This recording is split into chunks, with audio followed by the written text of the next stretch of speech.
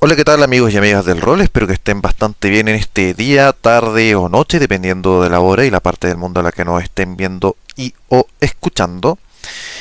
Les saluda como siempre su buen amigo el tío Rior, resucitando después de mucho tiempo de inactividad y falta de tiempo esta sección media olvidada del canal llamado Ritalón de Pana, en donde estaremos leyendo juntos el Mister La Forja de un Mago.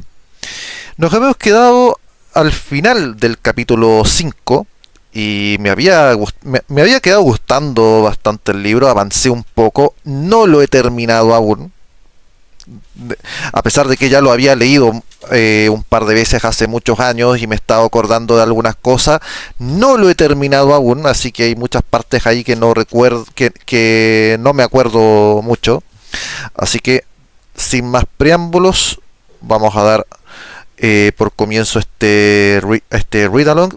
Voy a compartir mi pantalla acá en el Discord primero, que estoy acá acompañado de una personita para que podamos ir leyendo juntos.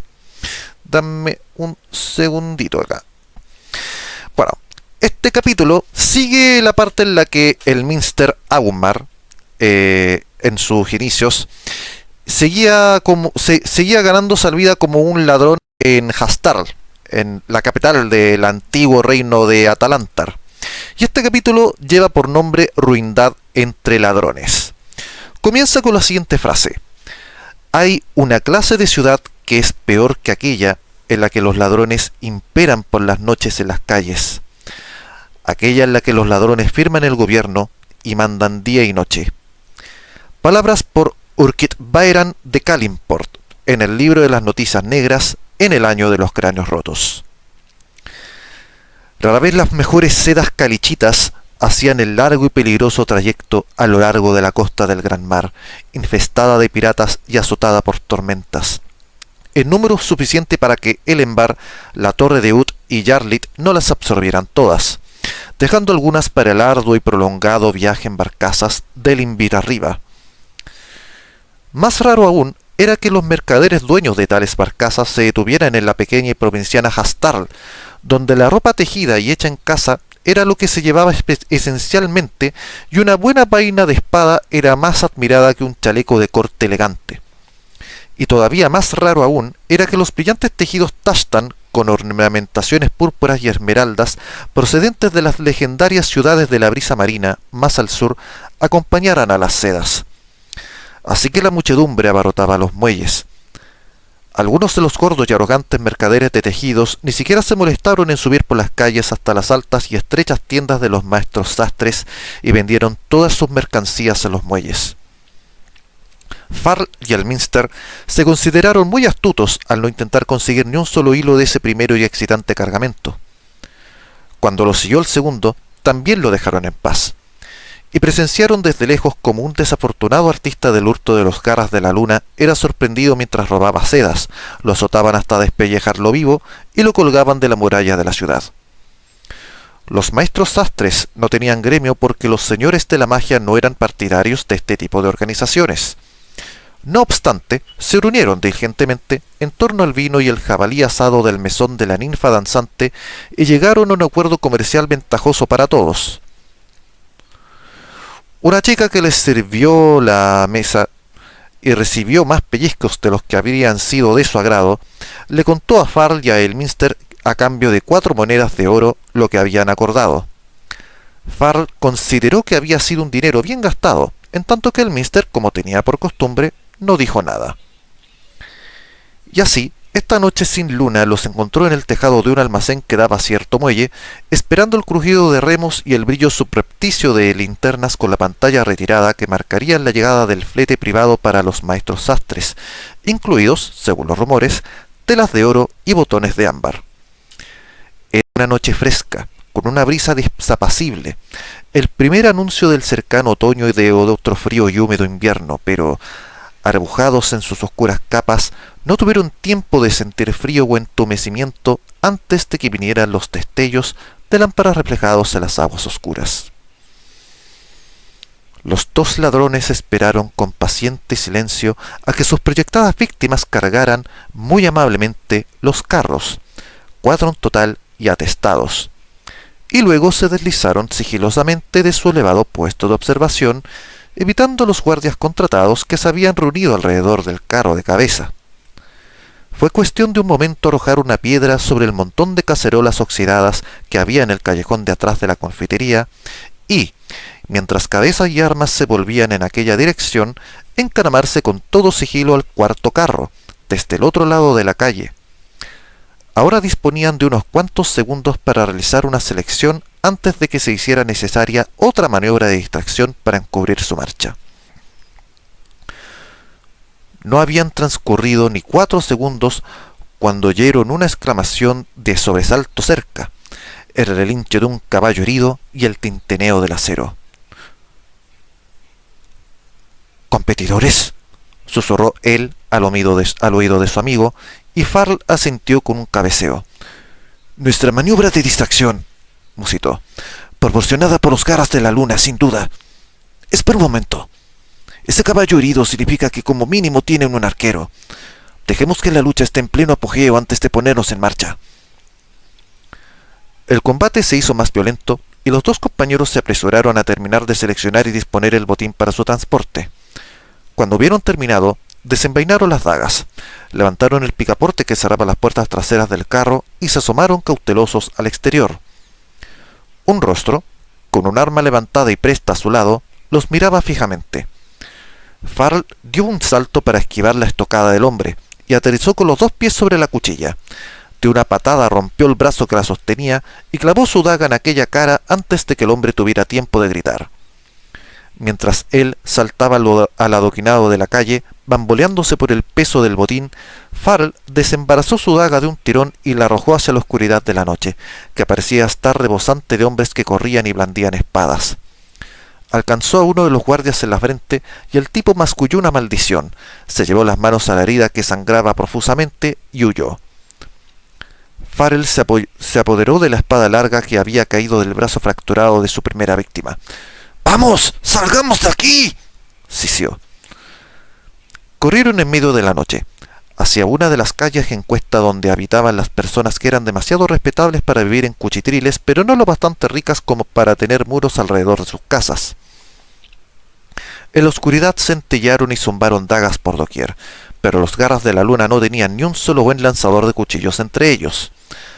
Al parecer, los guardias eran ineptos o cobardes, o estaban comprados, pues la lucha había terminado. Todos los que seguían vivos en la calle eran garras de la luna. Farrell y él no malgastaron su aliento en maldecir.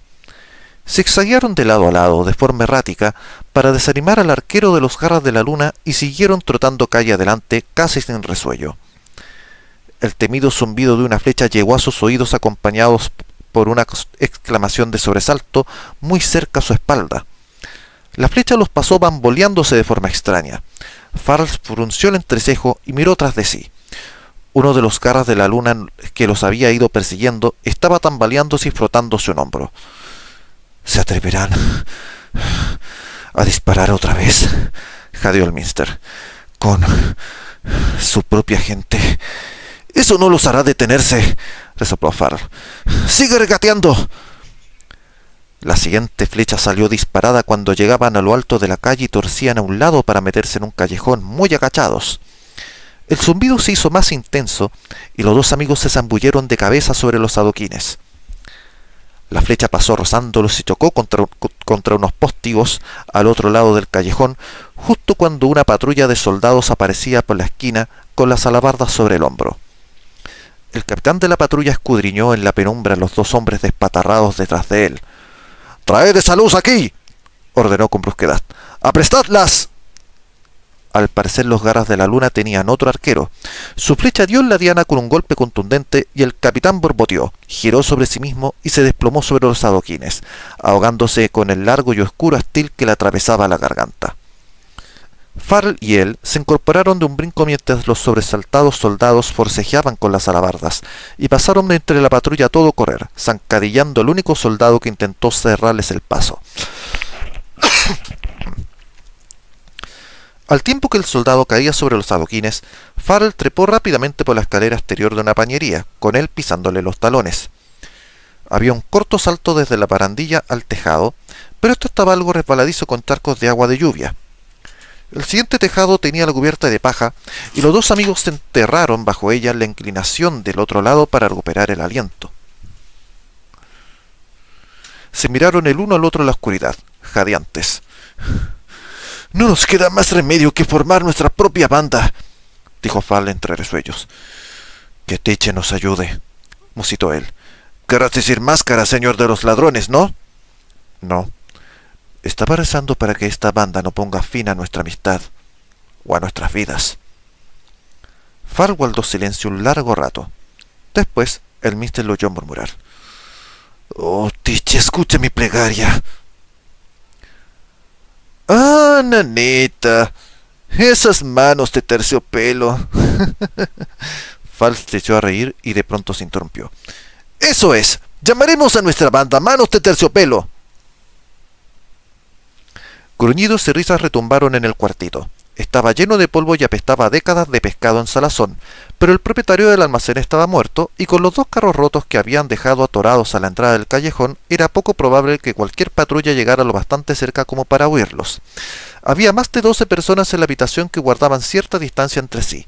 Se echaban miradas desconfiadas y mantenían las manos cerca de sus armas. Farrell los observó a todos y suspiró. «Sé que ninguno de vosotros le encanta la idea, pero todos sabéis que es unirse en una banda o perecer, o abandonar Hastal para probar suerte en otra parte, en sitios extraños en los que se nos señalará como forasteros sospechosos y encontraremos una banda local de ladrones deseosos de clavarnos un cuchillo». «¿Y por qué no unirnos a los Garras de la Luna?», preguntó Claire con voz ronca. Era uno de los hermanos Blenbar, que holgazaneaban junto a una ventana desde la que podrían hacer una señal a alguien en el exterior.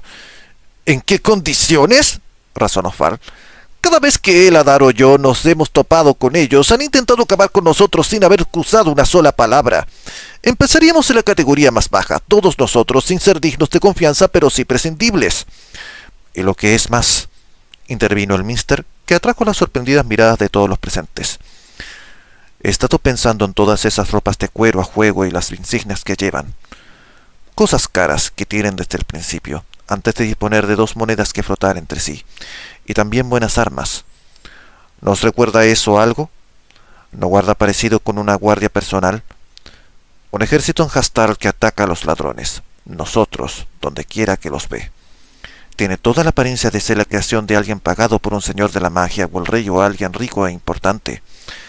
¿Qué mejor modo de librar de ladrones a la ciudad y preparar accidentes para que tus rivales que tener tu propia banda en las calles?» Hubo sentimientos de cabeza y expresiones pensativas en toda la habitación.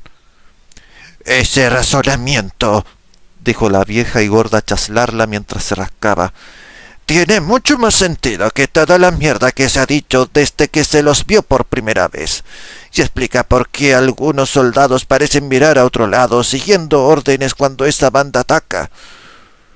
«Sí», dijo el joven Regaer, que estaba encaramado a un barril más alto que él y jugaba con un pequeño cuchillo haciéndolo girar entre los dedos. Estaba muy sucio como siempre.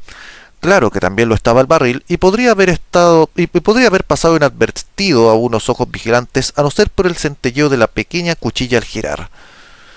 «Bueno, pues a mí todo esto me parece una sarta de embustes ingeniosos y cháchara sin fundamento y no pienso seguir escuchando más tiempo», gruñó Claire. «Sois unos necios, todos vosotros. Si prestáis atención a estos 2 soñadores, ¿qué tienen aparte de mucha labia?». Salió del rincón en el que estaba para mirar a su alrededor y vio como una ola silenciosa rodando su paso. Sus 2 hermanos se plantaron detrás de él formando un sólido y amenazador muro de carne. «Si tiene que haber una banda para competir con los Garras de la Luna, seré yo quien la dirija». «Manos de terciopelo».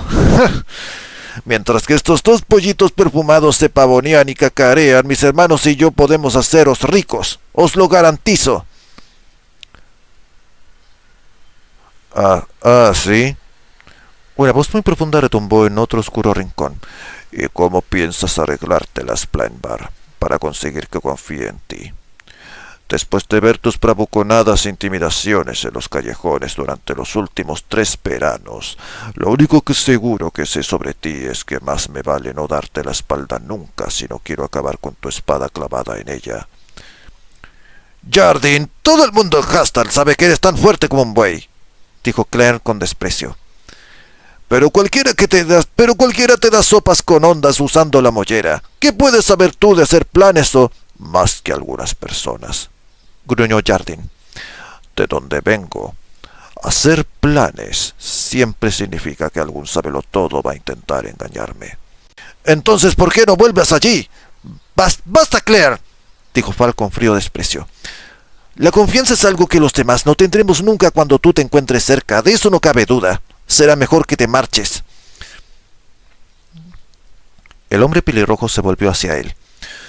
¿Con qué tienes miedo de perder el dominio de esta pequeña banda de zarpas sedosas, no? Bien, vamos pues, veamos quién te respalda aquí. El mister dio un paso adelante en silencio. Sí, sabemos que tu chico guapo te respalda, así como hace cualquier otra cosa que le pidas. Su risotada grosera retumbaba todavía cuando Jardine adelantó un paso, la mirada dura. Rhaegar saltó ágilmente del barril, y Chaslarla también se adelantó en medio de resoplidos. —¿Tasabra? —preguntó Claire mirando a su alrededor. La esbelta figura metida en las sombras más profundas se movió ligeramente y dijo en una voz baja y musical: —Lo siento, Claire, también estoy de parte de Far. ¡Ugh! ¡Que los dioses os den la espalda a todos vosotros, necios! Clean escupió en el suelo, se dio media vuelta y salió con actitud jactanciosa, en tanto que sus silenciosos hermanos, Corlar y Odkin, retrocedían de espaldas para cubrirle la retirada. —Creía que era tu amante —murmuró otro hombre desde las sombras. —Ten cuidado con lo que dices, Larrin. La voz de Tasabra sonaba malhumorada. —¿Ese oso en celo, mi amante? Nah, solo fue un juguete. Jardine miró a Fal, que asintió con la cabeza. El hombretón salió de la habitación moviéndose con una ligereza y un sigilo sorprendentes. Puede que a Claire le quedara menos tiempo de vida de lo que imaginaba. Farrell se adelantó al centro de la habitación. —Entonces, ¿estamos de acuerdo? ¿Los manos de Terciopelo inician su andadura a partir de esta noche? —Sí —dijo la tosca voz del tuerto Tart—, seguiré tus órdenes. —Y yo —abundó Chaslarla, adelantándose y resoplando—. Mientras no te conviertas en uno de esos déspotas que se cree el verdadero dirigente de la ciudad y nos envíes a matar soldados y hechiceros todas las noches. Hubo un murmullo general de aprobación. Farrell sonrió e hizo una reverencia. Entonces el trato está hecho. Como nuestro primer trabajo juntos, salgamos de aquí con las armas dispuestas y estad atentos a mis órdenes.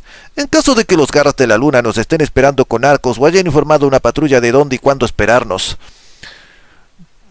—¿Puedo ser el primero en derramar sangre? —preguntó Rhaegar con ansiedad. Tras él se escuchó la risa queda de Tasabra. —Ten cuidado, no sea la tuya —dijo la mujer. La oscuridad ocultó la mirada que le lanzó Rhaegar, pero casi pudo palparse. Sonaron risitas contenidas en la noche mientras bajaban juntos la escalera.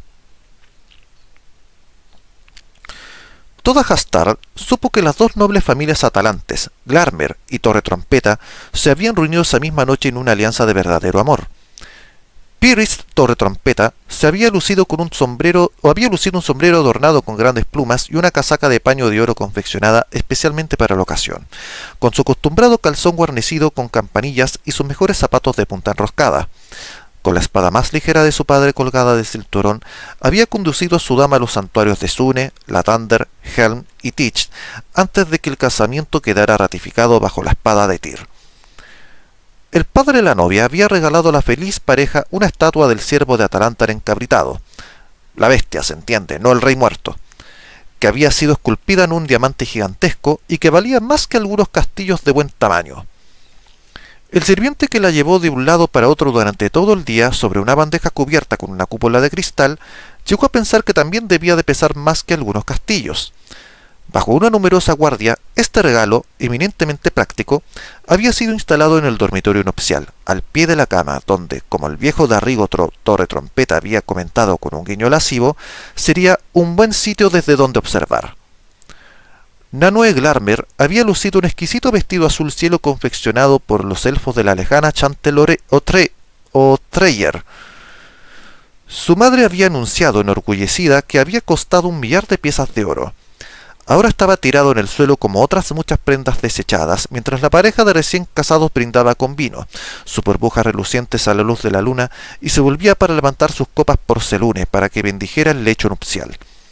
Los primeros rayos pálidos habían penetrado por la ventana lo bastante como para bañar en luz de luna la estatua del ciervo que se alzaba sobre sus patas traseras, vigilante, encima de la mesa colocada al pie de la cama. Ni el marido ni la esposa repararon en el ágil par de manos cubiertas con guantes negros que salieron de debajo de la cama y se llevaron las peinetas adornadas con gemas que Nanue acababa de quitarse para que su melena cayera suelta sobre su elegante espalda, para deleite de Pirist, que contuvo el aliento. Los dos recién casados, sin embargo, sí se fijaron en la repentina aparición de unos pies calzados con botas que ocultaron la luna y después hicieron saltar en añicos los finos cristales de la ventana arqueada más grande del dormitorio, seguidos por su dueño. Una mujer vestida con prendas de cuero ajustadas y negras, una insignia sobre el pecho y un antifaz también negro. La intrusa, bien proporcionada, le sonrió dulcemente al tiempo que sacaba de la bota un cuchillo de hoja finísima y se acercaba al ciervo. En medio de tanta excitación, ninguno de los tres oyó un exasperado suspiro debajo de la cama. «Gritad una sola vez», advirtió suavemente, «y os abriré un agujero con esto». Habiendo captado la idea, Nanue gritó, solo una vez, y también de manera penetrante, haciendo que unos fragmentos del cristal de la ventana se desprendieran con un tintineante sonido. El semblante de la mujer se ensombreció y se contrajo en una mueca feroz. La intrusa atravesó la habitación corriendo, con el puñal levantado para descargar la cuchillada. Como moviéndose por propia iniciativa, un taburete que había junto al lecho saltó del suelo y golpeó a la mujer en plena cara. La intrusa se tambaleó, perdió el puñal y cayó pesadamente de lado contra un armario que, a no tardar, se desplomó regiamente encima de ella. Nano y Pirist aprovecharon la oportunidad audazmente y chillaron al unísono. En el piso de abajo, los mayores de ambas familias, enjollados y engalanados, oyeron el estruendoso golpe y los gritos. Alzaron las cabezas hacia el techo, las cejas arqueadas y los labios sonrientes en un gesto enterado, y luego brindaron los unos por los otros. «Ah, sí», dijo Darrigo Torretrompeta al tiempo que lanzaba una mirada lasciva por encima de su copa a una jovencita Glarmer que no tendría la mitad de su edad, y sacó el irisado bigote del vino con un experto resoplido. «Recuerdo bien mi noche de bodas, la primera al menos. En esa estaba sobrio. Fue allá por el año de la luna gorgona, si no me falla la memoria». Una oscura figura salió de debajo de la cama, se deslizó furtivamente por la habitación y se agazapó detrás de un sofá sobre el que Pirist había arrojado sus botas con gran ostentación una tras otra no hacía mucho rato. El intruso estaba bien oculto antes de que los siguientes dos ladrones vestidos con cuero irrumpieran a través de las otras dos ventanas, provocando una lluvia de cristales que cayó sobre las gruesas alfombras de pieles. Pirist y Nanue se abrazaron estrechamente, desnudos pero ya sin reparar en ello, y aullaron de miedo, arañándose la espalda en un frenético deseo de encontrarse en otro lado, en cualquier otro lado. Los dos recién llegados vestían las mismas máscaras y ropas ajustadas de cuero con insignias en el pecho que la primera. Una era una mujer y el otro un hombre, y los dos miraban desconcertados la habitación. «¿Dónde se ha metido esa?» «Titón, acuñador, despertarás a toda la casa. No digas mi nombre. Los dioses maldigan tu lengua larga». Sacaron dagas de las botas y se acercaron a la aterrorizada pareja de la cama, que chillaba e intentaba meterse bajo las sábanas de seda bordeadas con piel. «¡Basta ya, maldita sea!» Acuñador quiso coger un pie que se agitaba en el aire, falló y agarró un tobillo en su lugar. Tiró. Pirist, que forcejeaba en vano, se aferró a las sábanas y consiguió quitarlas de encima a su mujer, que se arrodilló en la cama y empezó a chillar otra vez, con un timbre muy penetrante. Al otro lado de la habitación, una figurilla de cristal se hizo añicos, y la negra mano enguantada que se extendía desde detrás del sofá hacia ella para cogerla, tuvo que retirarse con una intempestiva maldición. Pirist Torretrompeta fue arrastrado fuera de la cama y cayó despatarrado en la alfombra, a los pies de Acuñador, farfullando de miedo. Acuñador lo hizo volverse boca arriba, le pasó por la mente la idea fugaz de lo ridículo que era el aspecto de otro hombre desnudo, y gruñó. «¿Dónde ha ido?» Movió la daga bajo la nariz del hombre para impresionarlo. «¿Quién?» preguntó Pirist con una voz chillona. Acuñador señaló con el arma al torbellino que era su socia, Isparla, que estaba cogiendo joyeros y prendas de seda del suelo y de las mesas de alrededor y los iba echando en una de las sábanas tiradas en el suelo. Mientras la observaban, recogió el ciervo y gruñó de sorpresa al notar su peso. Trastabilló, desequilibrada, rebaló en la alfombra y se dio un batacazo, justo encima del montón de objetos apilados. Gimió de dolor y el ciervo que sostenía se escurrió y cayó con fuerza hacia un lado, sobre una de sus manos. Volvió a gruñir, esta vez más fuerte. ¡Otra mujer como ella que entró antes que nosotros!, bramó Acuñador mientras señalaba a su compañera. Debajo del armario, balbuceó Pirist, que señaló el mueble. Cayó sobre ella. Acuñador se volvió y vio un fino reguero de sangre oscura saliendo por debajo del armario, que era tan grande y probablemente tan pesado como una carreta de transporte. Se estremeció, y siguió estremeciéndose todo el trecho hasta el suelo cuando una figura salió de debajo de la cama y estrelló con una botella de perfume en su cabeza. Isparla se incorporó atropelladamente. Vio la figura con la botella de perfume rota en la mano y barbotó.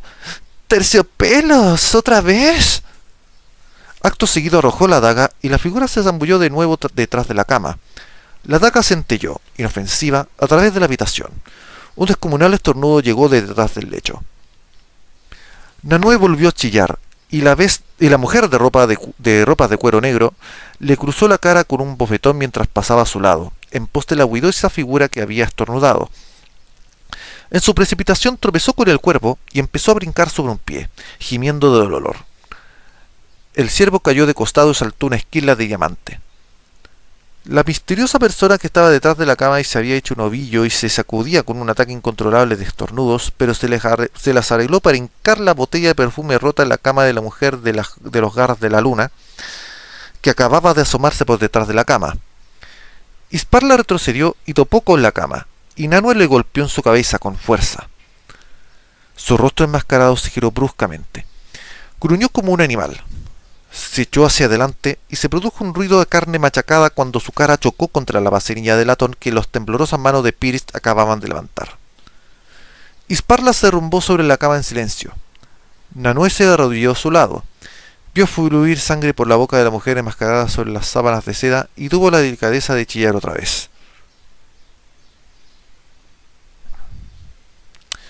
Al ver lo que había hecho, Pirist arrojó a un lado la vasinilla, horrorizado.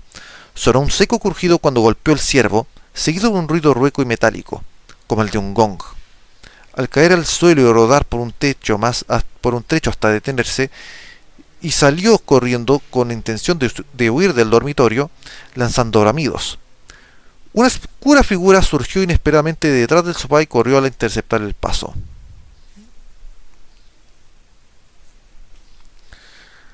Pirist estaba a 2 pasos de la seguridad de la puerta de la habitación cuando la figura lo alcanzó. Chocaron contra la hoja de madera los dos al tiempo. La puerta retumbó, pero se abrió de par en par hacia adentro por el impacto y volvió a cerrarse con el golpe de sus cuerpos al caer. Ya, chicos, voy a hacer una breve pausa, voy por un poco de agua y vuelvo.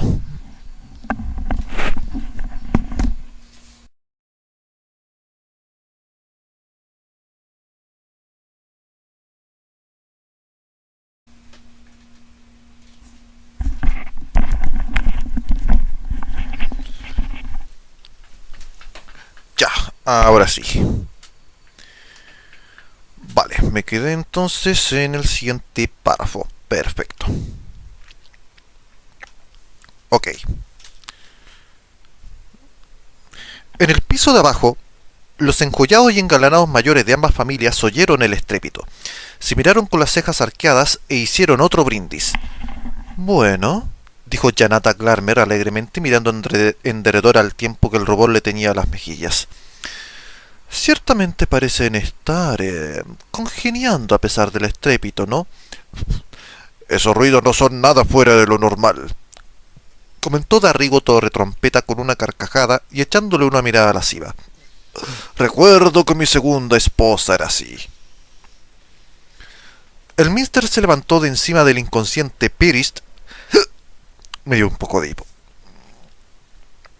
Se aseguró de que la puerta tuviera el cerrojo echado esta vez y volvió presuroso hacia donde Farl con los ojos todavía llorosos por el perfume, se retiraba del lecho tambaleándose. «Tenemos que salir de aquí», susurró mientras sacudía a Farl. «¡Malditos garras de la luna!», gruñó su socio. «Coge alguna cosa para que todo esto haya merecido la pena». «Ya lo tengo», contestó él. «Salgamos de aquí ahora mismo». Sus palabras terminaron en un grito de sobresalto cuando otras dos figuras enfundadas en cuero entraron por la ventana, descolgándose por más cuerdas de seda. Aterrizaron y de inmediato corrieron, con las armas desenvainadas. El Mister levantó una mesita de cristal, esparciendo figurillas en todas direcciones, y la arrojó con fuerza.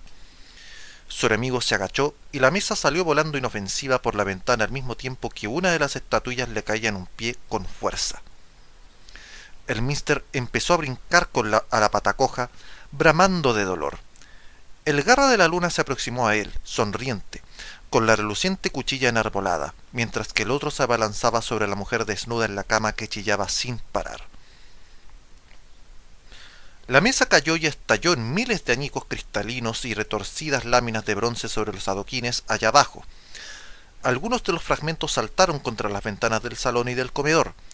Los enjollados y engalanados mayores de las dos familias se volvieron hacia el sonido y las cejas volvieron a levantarse. «No tendrían que estar peleando, ¿verdad?», dijo Janata Glarmir con ansiedad mientras se abanicaba para ocultar sus ardientes mejillas. «Ciertamente, todo ello me parece muy enérgico». «¿Qué va?», se carcajeó Darrigo Torretrompeta. «Esto no es más que lo que podríamos llamar, sí, el jugueteo preliminar, ¿sabes? La diversión y el retozo precedentes. Una gran habitación ahí arriba por la que perseguirse el uno al otro». Suspiró y miró al techo.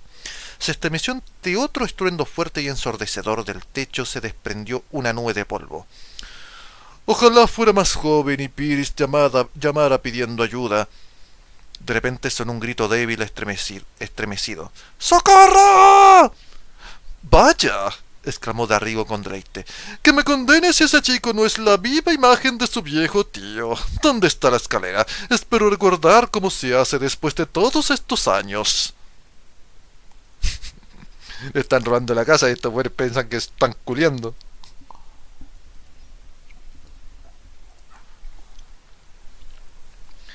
El Mister retrocedió de un salto, haciendo un gesto de dolor.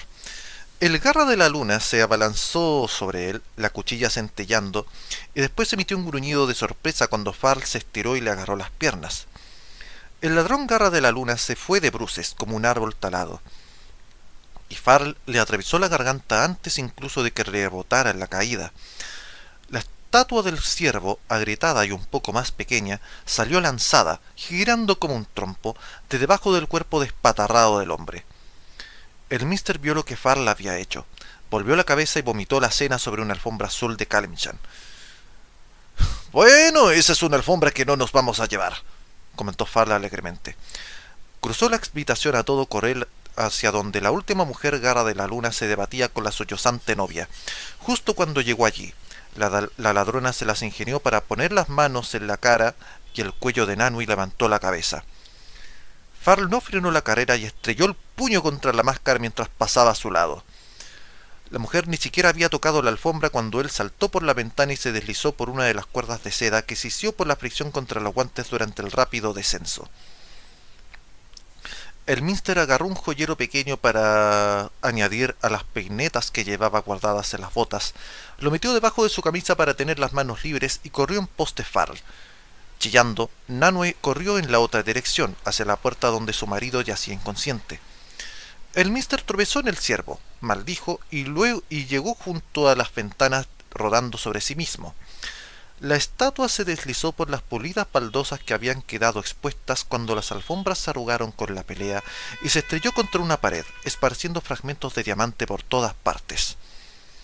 El Mister fue a parar bajo el alféizar, hecho una bola, en la que no reparó el Garra de la Luna que apareció meciéndose ante la ventana en ese momento y que entró en la habitación pisando en el príncipe ladrón como si fuera un escalón.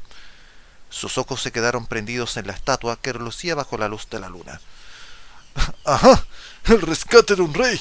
¡Para mí!», gritó el ladrón a la par que por la fuerza de la costumbre arrojaba una daga sobre la mujer desnuda que corría a través de la habitación. La centellante hoja se estrelló contra un gran espejo de pie que empezó a girar sobre sus clavijas, se desequilibró y empezó a caer encima de Nanue. Con un chillido la muchacha saltó desesperadamente hacia atrás y se deslizó sobre las alfombras sin poderlo remediar. El espejo cayó con gran estruendo y se hizo añicos, los fragmentos de cristal rebotando en las baldosas. Nanue rodó sobre sí misma ciegamente para eludirlos y tiró una mesa decorativa que estaba llena de botellas de perfume. El estrépito que causó fue increíble. Incluso hizo que el ladrón, cuya mano enguantada estaba a punto de cerrarse lo que quedaba del ciervo, retrocediera. Este súbito movimiento provocó que resbalara con un fragmento de la estatua rota y se dio una buena culada. En la caída arrastró consigo un cuadro que había en la pared. Roarul Trompeta, azote de estirges, retratado con un vaso de sangre levantado en una mano y un estirge exprimido y con las alas flácidas en la otra. Aterrizó con un estruendoso golpetazo que retumbó en la habitación. Brincó hacia adelante mientras el marco temblaba y se desplomó sobre el ladrón. El ciervo salió girando como un trompo otra vez, haciéndose más pequeño en el proceso. Nanue sollozaba entre la insoportable peste de los perfumes desparramados en los fragmentos de cristal en los que se había rebosado. Estaba empapada con medio centenar de aromas secretos y sustancias pegajosas, y las baldosas estaban tan resbaladizas que no conseguía ponerse de pie. Por fin, llorando de frustración y por el fuerte olor, empezó a gatear hacia la alfombra más próxima. Era la que el mister había utilizado no hacía mucho. Nanue retrocedió con premura y se puso otra como meta, gateando en aquella dirección mientras sus sollozos se reanudaban con renovada energía. El minster sacudió la cabeza con incredulidad ante la escena de destrucción que ofrecía la habitación. Se agarró la cuerda y un instante después desapareció en la noche. A sus espaldas sonó un agudo ruido de tela desgarrándose cuando una mano enguantada que sostenía una daga atravesó el corazón de Roarul Trompeta y abrió un agujero en el enorme retrato para que el ladrón Garra de la Luna saliera de debajo y recorriera con una mirada enloquecida la habitación buscando... allí. El ciervo estaba tirado cerca de la cama, bañado en la luz de la luna y surcado por numerosas grietas. El ladrón corrió hacia él. ¡Mío, por fin! ¡No!, respondió una fría voz desde la ventana. ¡Es mío! Una daga fue lanzada, pero no dio en el blanco y acabó clavada, cimbreándose en una talla de madera de la pared. El primer ladrón hizo una mueca de desprecio mientras recogía al ciervo. Luego, al comprender que el otro Garra de la Luna no podía ver su expresión a través de la máscara, hizo un gesto grosero con la estatua. El segundo ladrón lanzó un gruñido de rabia y arrojó otra daga. El arma centelló a través de la habitación y pasó justo por delante de la nariz de Nanue. La novia, todavía andando a gatas, cambió rápidamente de dirección y regresó por las baldosas hacia la seguridad de detrás del sofá. El ladrón que tenía la estatua se encaminó hacia la ventana. ¡Apártate!, advirtió, moviendo la daga a uno y otro lado. El segundo ladrón recogió uno de los joyeros tirados y lo lanzó contra la cabeza del otro. El cofrecillo dio en el blanco y se abrió por el impacto, esparciendo una lluvia de relucientes gemas sobre el suelo. El primer ladrón se unió a ellas en la caída, y el ciervo salió despedido de sus manos. Y voló dando tumbos en el aire, hacia la ventana. ¡No! El segundo ladrón se lanzó tras él desesperadamente, pero resbaló con las gemas tiradas en el suelo. Sus manos enguantadas se alargaron, y el orgulloso ciervo cayó sobre las mismas puntas de sus estirados dedos.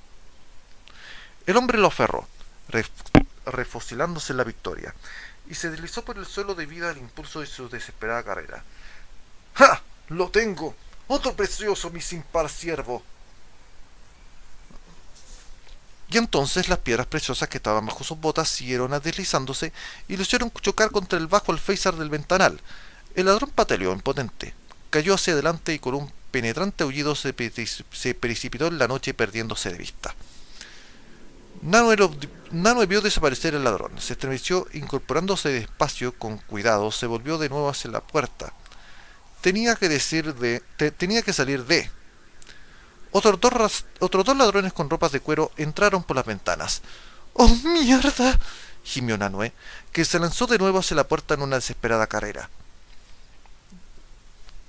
Los ladrones miraron en derredor al destrozo y la carnicería y mascullaron unos horribles juramentos. Uno de ellos entró en la habitación.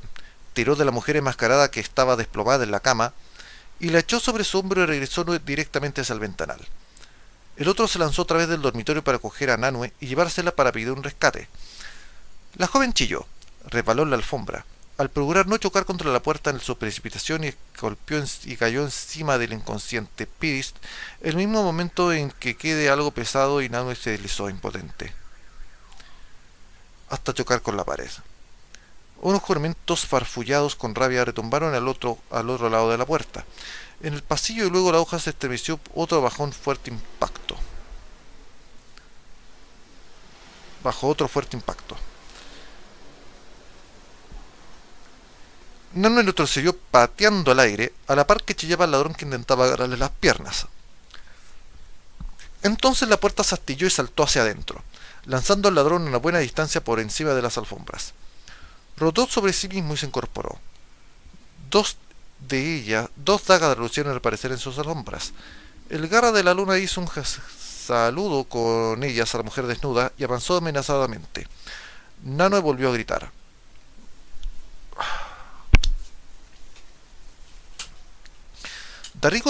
Darrigo Torre Trompeta recorrió con la mirada la destrozada habitación sin salir de su asombro. A sus pies yacía su sobrino y justo al lado la aterrorizada recién casada se encontraba de rodillas y chillaba mientras gateaba hacia don Darrigo. El viejo Torre Trompeta levantó la vista, con el bote encrespado. Un intruso vestido con ropa de cuero negro venía corriendo hacia él, blandiendo relucientes dagas en ambas manos. Ni siquiera había tiempo de echar una ojeada lasciva a Nanae, que observó sin poderlo remediar. Tenía una pinta estupenda. Levantó la vista de nuevo hacia el ladrón lanzado al ataque y tomó aire profundamente. Era hora de defender el honor de los Torre Trompeta. Con un rugido, Darrigo cargó a través de la habitación. El ladrón alzó las dagas para asestar una cuchillada, pero el viejo aguantó la puñalada en un brazo sin pestañear siquiera y descargó un puñetazo demoledor en la mandíbula del individuo. Todavía rugiendo, Darrigo agarró el tambaleante de modo que sujetaba los pavos que llevaba a su casa para que los cocinaran y cruzó el dormitorio a zancadas, goteando sangre a su paso. Fue hacia el ventanal directamente, alzó el ladrón y lo arrojó al oscuro vacío. Empezó a escuchar el golpe sordo de los adoquines allá abajo, sintió con satisfacción cuando se produjo y volvió por el otro ladrón.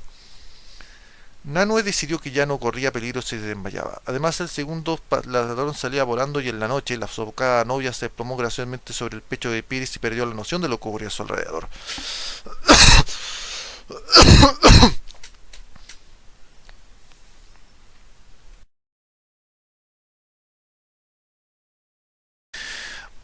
Entonces, reanudando.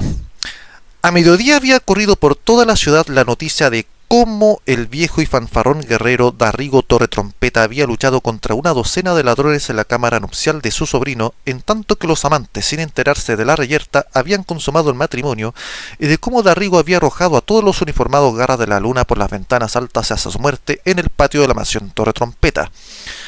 Farl y él alzaron las cejas y sus jarras de cerveza fuerte, brindando por la noticia.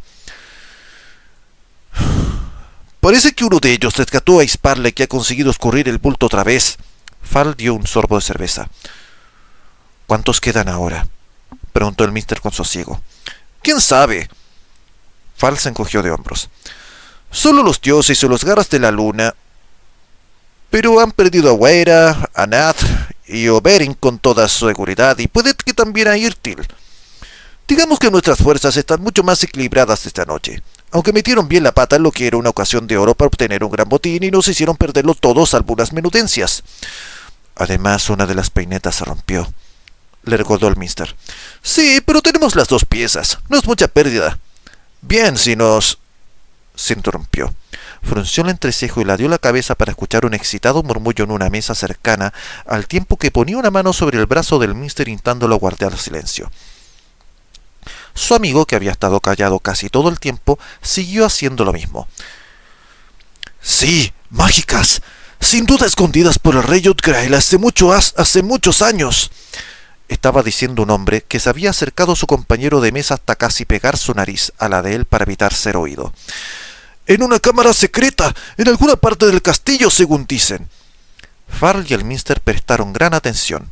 Un instante después ya no fue necesario que lo hicieran, pues un juglar se acercó, se subió a la mesa de al lado y recitó la historia con su joven y vibrante voz.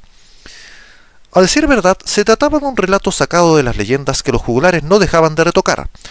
Un cofre con piedras y aún mágicas había sido encontrado en el castillo, oculto años atrás probablemente por el rey Utgrael o siguiendo sus órdenes. Los magos estuvieron y seguían estando en desacuerdo sobre quién se las quedaría y cómo habían de usarse. Por decreto del rey Belaor, las brillantes piedras que flotaban por sí mismas y que de vez en cuando emitían débiles tintineos y sonidos musicales semejantes a los producidos por las cuerdas de un arpa, estaban expuestas bajo vigilancia de oficiales y soldados veteranos de Atalgard en cierta sala de audiencias a la que tenían prohibida la entrada todos los magos hasta que se tomara una decisión. Mientras los dos amigos abandonaban la taberna, el excitado juglar declaraba a voz en grito que había visto las piedras con sus propios ojos y que toda la historia era verdad. «Sabes que tenemos que ir por estas piedras, ¿no?», sonrió Farrell. El Minster sacudió la cabeza en un gesto irritado. «No podrías hacer caso omiso de ellas y seguir siendo Farrell, jefe de las manos de terciopelo», replicó secamente. Su amigo soltó una risita divertida y el Minster añadió con firmeza. «Esta vez deberías esperar y dejar que los garras de la luna hicieran saltar la trampa e intentarlo solo en el caso de que veas una manera clara y segura de llevarlo a cabo». «¿La trampa? ¿Es que no hueles la intervención de unos magos calculadores en toda esta historia? Yo sí». Tras un instante de silencio, Farrell asintió con la cabeza. Sus ojos se encontraron. «¿Por qué has dicho deberías esperar?», preguntó Farrell en tono quedo. «He terminado con el robo», respondió el Minster lentamente.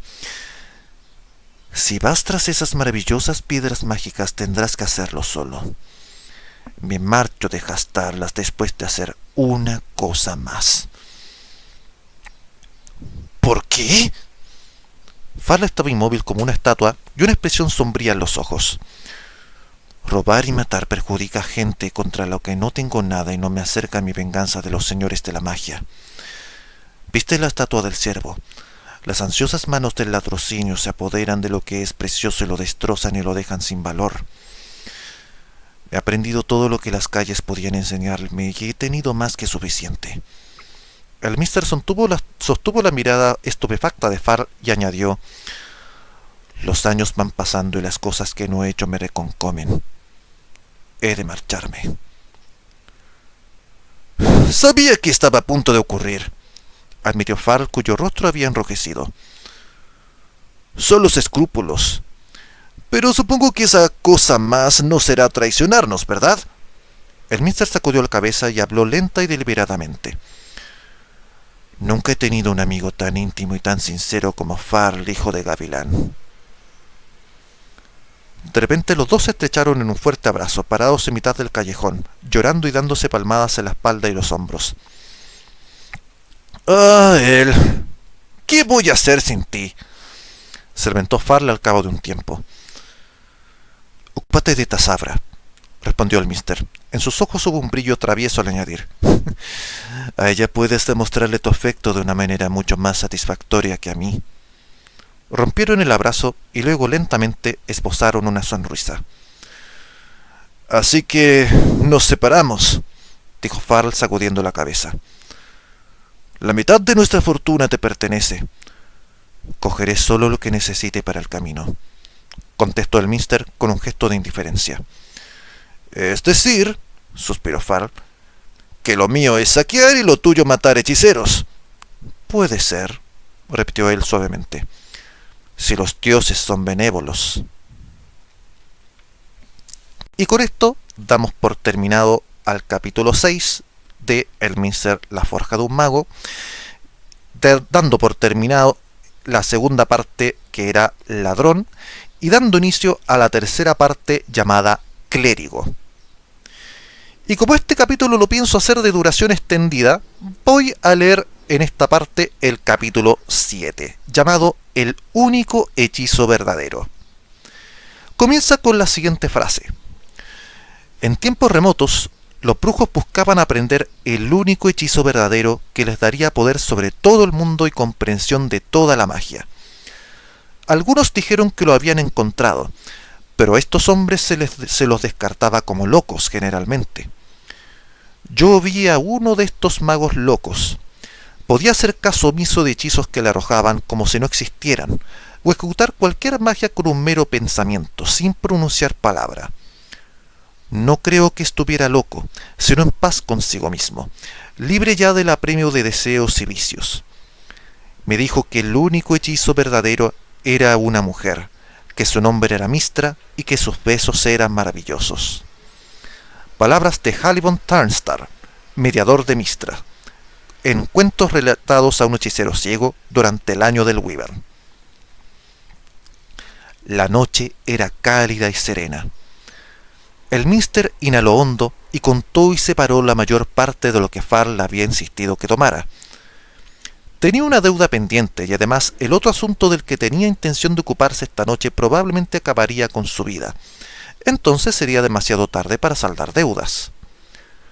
Cuando terminó de contar, tenía ante sí un montón de monedas, un centenar de regios, brillantes a la luz de la luna.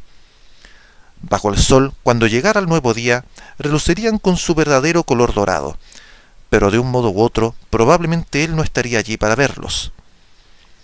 El Minster se encogió de hombros. Su vida volvía a pertenecerle y era libre de hacer lo que se le antojara, aunque fuera una locura.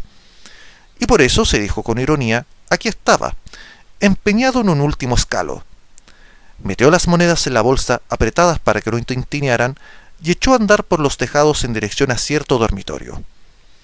Los póstigos estaban abiertos para que entrara la brisa que pudiera soplar y refrescar a la pareja de recién casados que dormía y cuyo mobiliario distaba mucho de ser como el de los Torre Trompeta. A Elminster le había encantado la noticia de su boda, aunque le hubiera costado más monedas de las que había ganado. Se deslizó por encima del alféizar como una sombra y sonrió al mirarlos. El liguero nupcial era exquisito, una cosita de puntillas y cintas de seda. Traviesamente, el Minster alargó la mano y lo acarició. ¿Y si se lo llevara como un trofeo? Pero no, ya no era un ladrón. Chandad se movió un poco al sentir el ligero roce en el muslo. Todavía profundamente dormida, alargó la mano hacia la familiar calidez y velluda corpulencia de Hannibal, que roncaba tan sonoramente como cualquier cantante de taberna borracho era capaz. Mientras el Minster colocaba y alisaba el nuevo liguero nupcial donde Hannibal lo había atado a la cadera de la mujer. Esta sonrió, pero no se despertó. El Minster también se fijó en otros regalos. Un robusto bastón y un nuevo mandil tirados en la alfombra junto a la cama, en el lado de Hannibal, y la empuñadura de una daga asomando, como un ojo parpadeante, por debajo de la almohada de Chandad. Dejó su regalo de bodas entre los dos con cuidado. Apenas se había hueco entre el terzo costado y el otro, velludo, y requirió de toda su pericia como ladrón evitar el tintineo y repique de las monedas mientras los saltaban un suave rastro de un extremo a otro de la cama. Cuando hubo amontonado todos los regios que se atrevió, todavía le quedaba una docena más.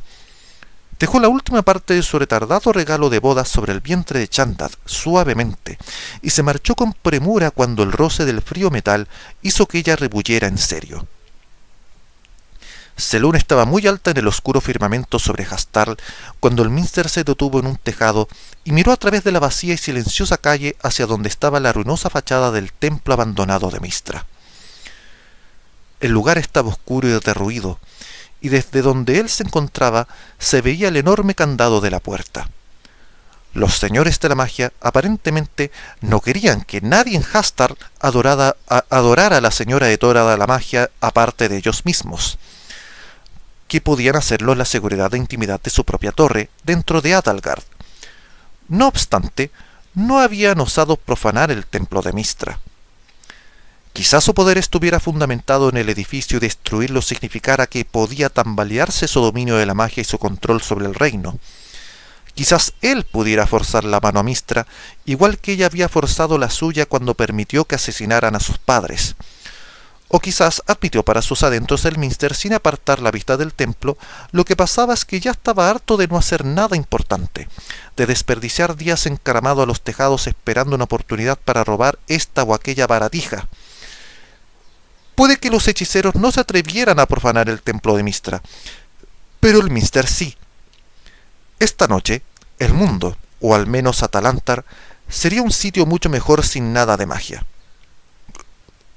Sin embargo, no podía esperarse que la destrucción de un templo lograra ese objetivo, pero tal vez sí consiguiera que la maldición de Mistra cayera sobre la ciudad, de manera que ningún hechicero fuera capaz de realizar ningún tipo de magia dentro de sus muros.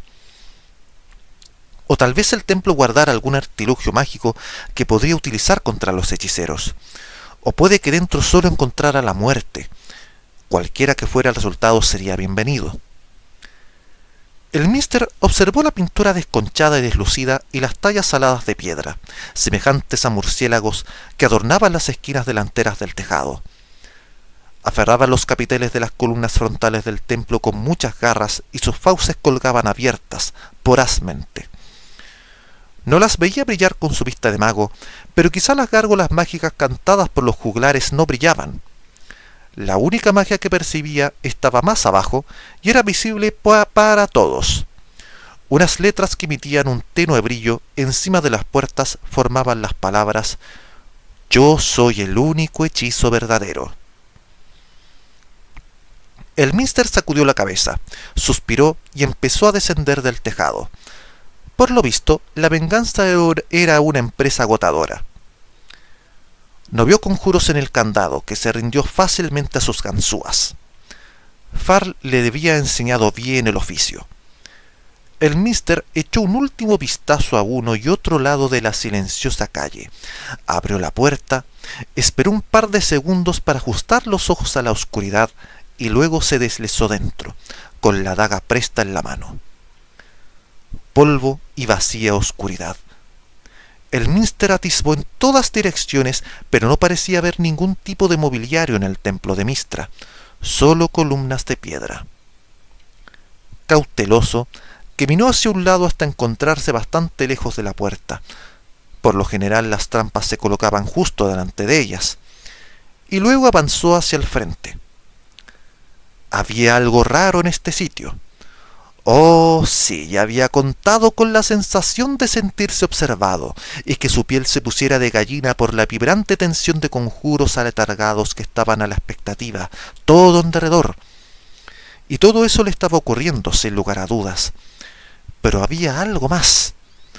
Algo que... Por supuesto, en un sitio tan grande y vacío, los ruidos que hacía deberían haber levantado ecos, pero no lo sabía. El Minster abrió una bolsita del cinturón, cogió uno de los guisantes secos que todos los ladrones llevan consigo para esparcir en el suelo y hacer que los perseguidores resbalen con ellos, y lo lanzó hacia adelante, en la oscuridad. No lo oyó caer. El Minster tragó saliva y avanzó un paso receloso. Se encontraba en un vestíbulo de entrada, separado de la gran cámara abierta que había más adelante por una hilera de columnas enormes, suavemente curvadas, unos cilindros lisos por lo que alcanzaba a ver. No se movía nada en la gruesa alfombra de polvo que cubría el suelo. El Minster echó un vistazo por encima del hombro a la puerta que había cerrado tras de sí y luego caminó hacia la oscuridad. La gran cámara circular, y se elevaba hacia lo alto hasta perderse de vista en las tinieblas. Seguramente llegaba hasta el tejado que el Minster había visto desde fuera. Había un altar, una piedra circular, en medio de la estancia y balconadas, 3 pisos de ellas, rodeando el vasto espacio abierto. La cámara estaba oscura, vacía y silenciosa. Y eso era todo. Nada que profanar, ningún acólito.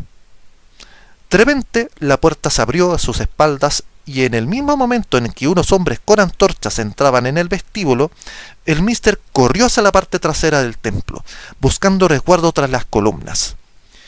Eran muchos hombres, soldados, 2 patrullas con mínimo, con lanzas en las manos.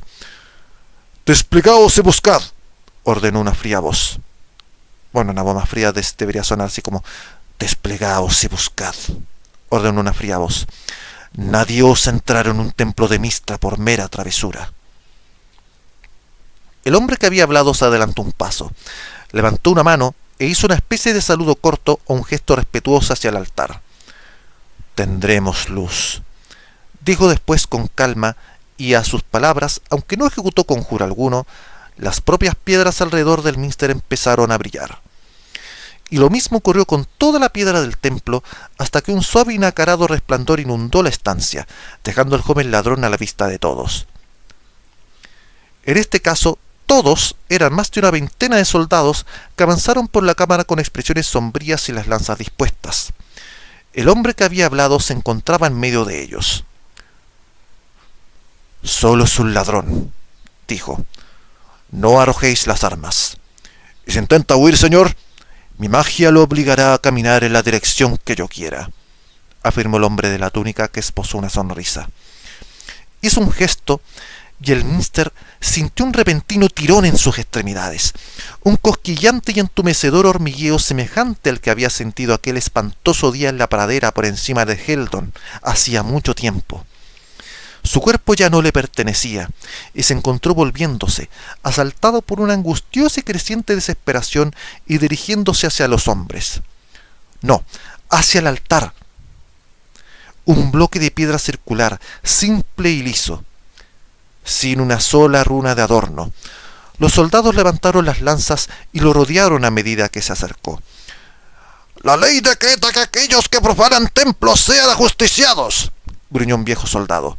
«En el acto». «En efecto», contestó el hombre de la túnica. «Sin embargo, seré yo quien decida dónde y cuándo. Una vez que ese necio esté en el altar, podéis arrojar vuestras lanzas a voluntad. La sangre fresca en el altar de Mistra me permitirá realizar un conjuro que deseaba probar hace tiempo». El mister caminó sin detenerse hacia el altar, retorciéndose de rabia por dentro. Había sido un necio al venir aquí. Todo se había acabado. Esto era el fin, tanto de su vida como de su absurda lucha contra los señores de la magia. «Lo siento, padre, madre».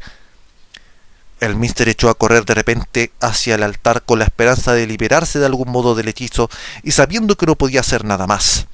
Al menos moriría intentando hacer algo. El hechicero se limitó a sonreír y dobló un dedo. La atropellada carrera del mister se redujo a un suave trote hasta encontrarse frente al altar. El mago lo hizo volverse otra vez hasta que los dos estuvieron cara a cara. «Saludos, ladrón», dijo el hechicero al tiempo que hacía una leve inclinación. «Soy Lord Ildru, señor de la magia de Atalantar. Puedes hablar. ¿Quién eres?» El mister comprobó que podía mover los músculos faciales. «Como tú mismo has dicho, señor de la magia, un ladrón», replicó con frialdad. «¿Por qué has venido aquí esta noche?», inquirió el hechicero, que tenía una ceja arqueada. «Para hablar con Mistra», respondió el mister para su propia sorpresa. «¿Por qué?». Ildru entrecerró los ojos. «¿Eres un mago?». «No», escupió el joven. «Y me enorgullece decirlo. Vine a pedir a Mistra su apoyo para derribar a los señores de la magia como tú, o a maldecirla se rehusaba». Las cejas del brujo se levantaron de nuevo. «¿Y qué te hizo pensar que Mistra te ayudaría?». El mister tragó saliva y descubrió que no podía encogerse de hombros ni mover ningún otro músculo del cuerpo, salvo los de la cara. «Los dioses existen», dijo lentamente, «y su poder es real. Necesito ese poder». «Ah, ¿sí? El camino tradicional», comentó el mago con tono grato. «Es para la mayoría toda una vida de arduo estudio y rebajarse a la categoría de aprendiz y arriesgar la vida probando conjuros que no se comprenden o desarrollando nuevos encantamientos propios. ¡Qué arrogancia tan colosal pensar que Mistra iba a darte algo solo con pedírselo! «La única arrogancia colosal en Atalantar», repuso el mister sin alterar la voz, «es la de los señores de la magia. Vuestro dominio sobre esta tierra es tan absoluto que nadie más puede permitirse el lujo de tener arrogancia colosal». En alguna parte del círculo de soldados se alzó un murmullo. Ilduro lanzó una mirada iracunda a su alrededor, y el silencio volvió de manera brusca. Luego, el mago suspiró con teatralidad. «Me aburren tus palabras amargas. Guarda silencio, a menos que quieras suplicar». El mister sintió que lo obligaba a retroceder y encaramarse al altar. «Nada de lanzas todavía», ordenó el mago. «He de realizar un conjuro primero para ver si este joven es solo un soñador iluso y lenguaraz, o si aún guarda otros secretos».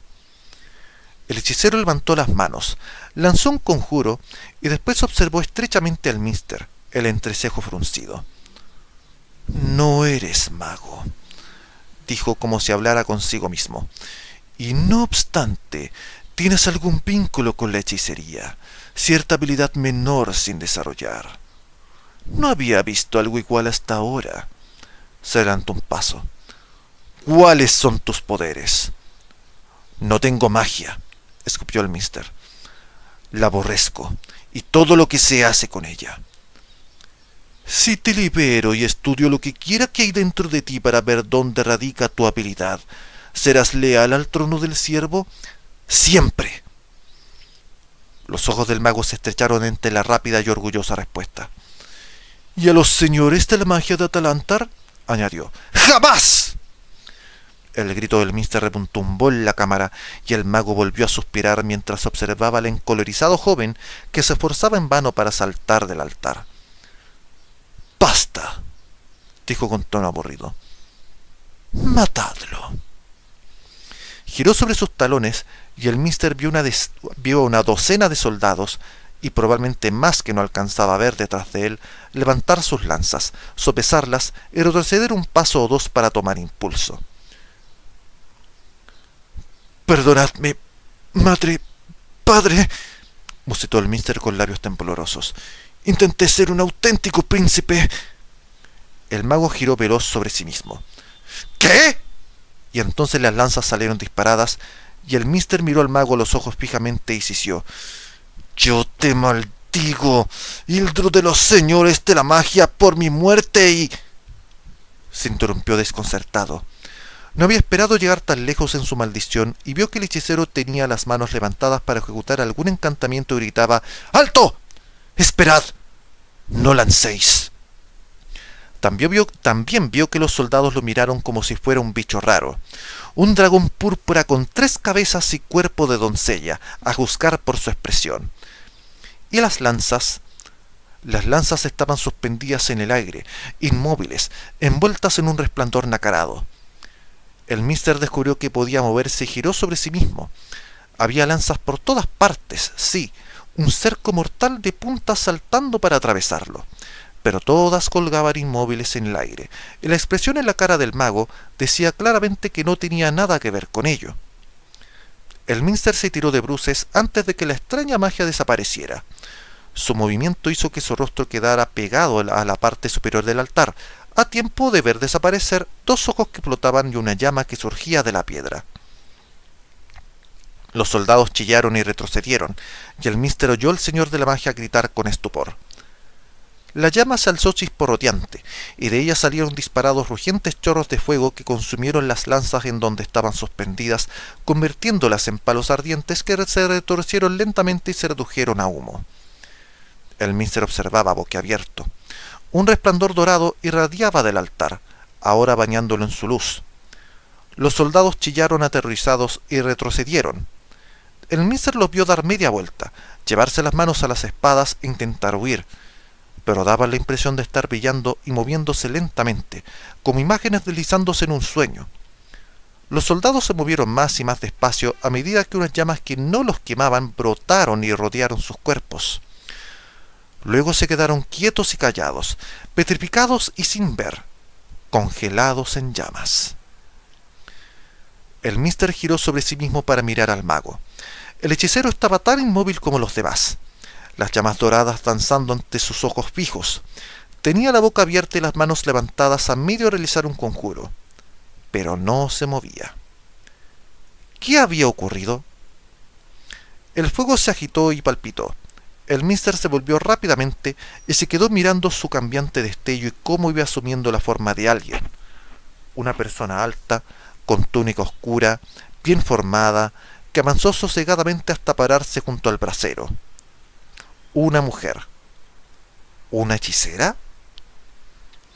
Sus ojos, del color del oro fundido y en los que danzaban llamitas minúsculas, se encontraron con los de él.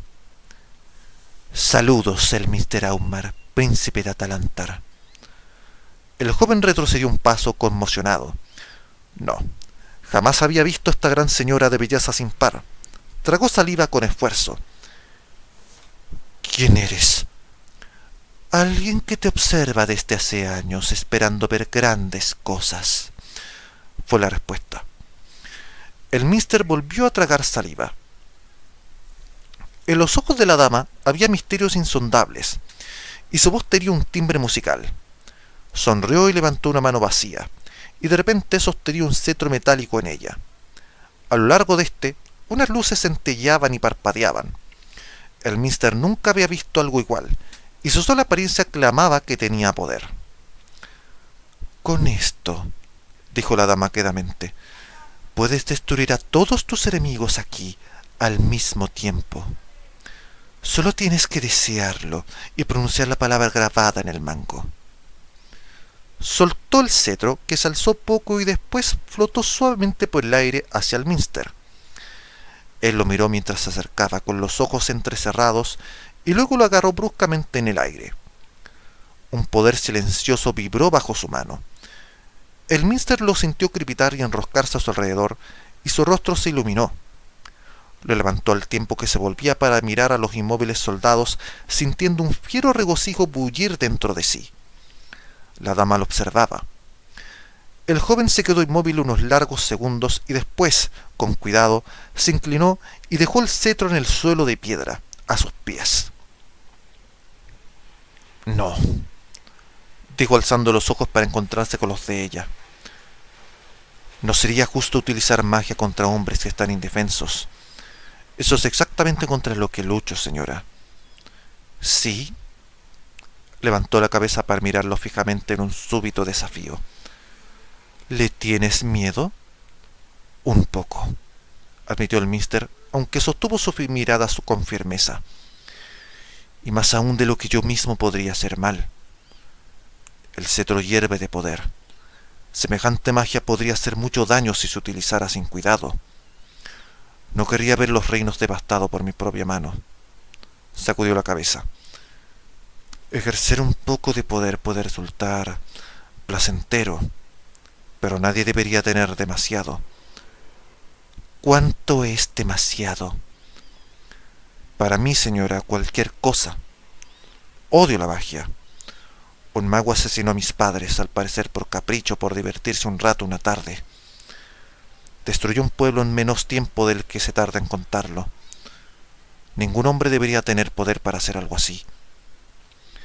¿Es la magia, pues, perversa? Sí, replicó el mister bruscamente.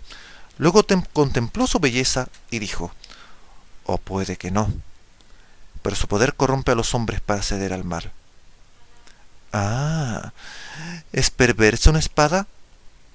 No, señora, pero es peligrosa. No todo el mundo debería tener un arma a su alcance. ¿No? Entonces, ¿quién pondría freno a los tiranos? ¿O a los magos? Buscas confundirme con sutileza, señora.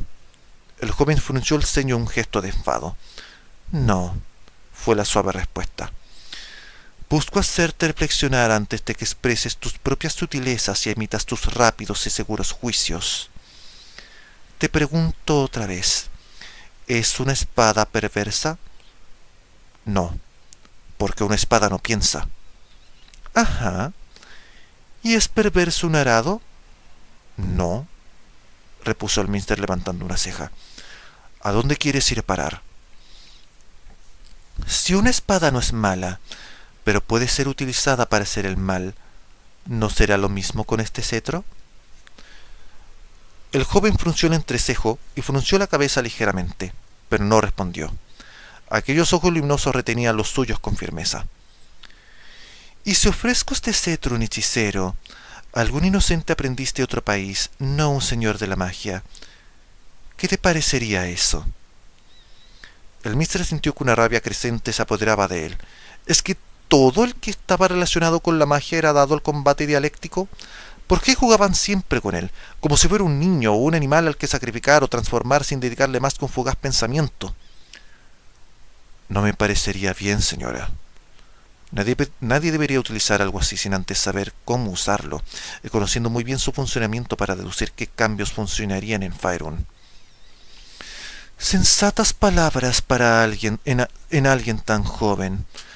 La mayoría de los jóvenes, como la mayoría de los magos, son tan caprichosos y están tan llenos de orgullo que se atreverían a cualquier cosa. Sus palabras lo tranquilizaron en parte. Al menos, lo escuchaba y no lo despachaba con un ademán. ¿Quién era? ¿Obligaría a Mistra hechiceros a proteger todos y cada uno de sus templos? El Mister sacudió la cabeza otra vez. Soy un ladrón, señora, en una ciudad regida por hechiceros crueles. El capricho y el orgullo son lujos que solo los ricos necios pueden permitirse. Si yo quiero permitírmelos, tengo que hacerlo por la noche, en dormitorios o en tejados. Esbozó una leve sonrisa. Los ladrones y por supuesto los granjeros, los pordioseros y las personas que solo poseen una pequeña tienda o un oficio personal. Pero pienso yo, deben mantener mucho más en control sobre sí mismos durante el día o no durarán vivos mucho tiempo. ¿Qué harías tú?, preguntó la hechicera con una curiosidad que hacía relucir sus ojos. Si supieras magia y te convirtieras en un hechicero tan poderoso como los que habitan aquí. Utilizaría mis conjuros para expulsarlos de Atalantar, y que así la gente pudiera ser libre. También arreglaría unas cuantas cosas más y después te renunciaría a la magia para siempre. —¿Porque tú la odias, claro? —dijo la dama suavemente. —Y si no la odiaras, y alguien te diera el poder y te dijera que debe utilizarse, que tienes que ser un hechicero, ¿qué harías entonces? —Intentaría ser un buen mago —respondió el mister mientras se encogía de hombros otra vez. ¿Es que los hechiceros guardianes de los templos se limitaban a charlar con los intrusos durante toda la noche? Con todo, resultaba bastante agradable hablar abiertamente, por fin, con alguien que escuchaba y parecía entender, pero no juzgar. ¿Te proclamarías rey? No sería un buen monarca, dijo sacudiendo la cabeza. Me falta la paciencia necesaria. Sonrió inesperadamente y añadió. Sin embargo, si encontrara un hombre o una mujer que llevaran bien el peso de la corona, lo respaldaría a él o a ella. Ese es, creo, el verdadero trabajo de un hechicero. Hacer que la vida en la tierra que habita sea buena para todos cuantos viven en ella. La sonrisa de la dama fue deslumbrante. De repente, el mister sintió poder en el aire a su alrededor. Su cabello chisporroteó y su piel hormigueó. ¿Te arrodillarás ante mí?, preguntó la hechicera mientras se adelantaba unos pasos. El mister, al que la boca se le había quedado seca repentinamente, tragó saliva. Era muy hermosa, y aún así de algún modo aterradora, con sus ojos y sus cabellos encendidos por el poder, como un fuego que espera arder en llamas. Tembloroso, el mister aguantó el tipo y preguntó: «Señora, ¿cómo te llamas? ¿Quién eres?» «Soy Mistra», dijo una voz que se estrelló a su alrededor como una gigantesca ola batiendo un acantilado. Sus ecos retumbaron en la cámara. «Soy la dama del poder y la señora de la magia. Soy el poder encarnado. Donde quiera que la magia sea ejecutada, ahí estoy yo. Desde los fríos polos de Toril hasta sus junglas más calurosas, sea cual sea la mano, la garra o la voluntad que practique la hechicería. Mírame y témeme, mas mírame y ámame, como me aman todos aquellos que se acercan a mí con rectitud y sinceridad. Este mundo es mi dominio. Soy magia, la más poderosa entre todos aquellos a los que los hombres adoran. Soy el único hechizo verdadero en el corazón de todos los hechizos. No hay otro». Los ecos se sucedían en oleadas. El Mister notó que las mismas columnas del templo se sacudían a su alrededor, y un temor reverencial lo hizo tambalearse, como un hombre zarandeado por un vendaval, pero aguantó de pie. Se hizo el silencio y sus ojos se encontraron. Llamas doradas ardían en los de ellas, y el Mister sintió como si estuviera quemándose por dentro. Un fuego abrasador corría por sus venas y el intenso dolor fue como una roja ola abrasadora. «Mortal», dijo la diosa en un susurro pavoroso. «¿Me desafías?» El Mister sacudió la cabeza. «Vine aquí para maldecirte o profanar este sagrado lugar o exigir tu ayuda, pero ahora... no. Ojalá no hubieras permitido que los señores de la magia mataran a mis padres y destruyeran mi reino, y quisiera entender la razón, pero no deseo desafiarte». «¿Qué sientes entonces?» El Mister suspiró. De algún modo había tenido la certeza de que debía decir la verdad desde que ella le había dirigido las primeras palabras, y todavía tenía ese convencimiento. «Te temo» y... Guardó silencio un momento. Lo que podría ser un atisbo de sonrisa asomó a sus labios y después prosiguió. «Y creo que podría aprender a amarte». Mistra estaba muy cerca de él ahora, y sus ojos eran pozos negros de misterio. Sonrió y de pronto el Mister se sintió fresco y reanimado, a gusto. «Dejo que los magos realicen conjuros libremente para que así cualquier ser que utilice la magia pueda escapar a la tiranía. Pero de la libertad son producto casos como los de los señores de la magia en estas tierras», dijo. «Si quieres derrocarlos, ¿por qué no convertirte a tú mismo en mago? Entonces no sería más que una herramienta en tu mano, y parece que en la tuya encajaría mejor que en muchas de las que he visto sosteniéndola». El Mister dio un paso atrás, al tiempo que levantaba las manos en un gesto inconsciente de repulsa. Mistra se detuvo. Sus ojos estaban repentinamente sombríos. «Te pregunto otra vez, ¿te arrodillarás ante mí?» Con los ojos prendidos en los de la diosa, el joven se postró de rodillas lentamente. «Señora, confieso que estoy impresionado», dijo muy despacio. «Pero si te sirvo, preferiría hacerlo con los ojos abiertos». Mistra se echó a reír, los ojos espiantes. «Ay, hace mucho que no me encontraba con alguien como tú». Su expresión volvió a tornarse solemne y su voz sonó queda. «Extiende la mano, libre y confiadamente, o márchate ileso. Tú eliges». El Mister tendió la mano sin vacilar. Mistra sonrió y la tocó. El fuego lo consumió. Lo arrastró impotente por un remolino a la lada y más allá, y lo lanzó a profundidades doradas, en tanto que un millar de manos ardientes atravesaban su corazón y salían de él como un fuego devorador que todo lo consume.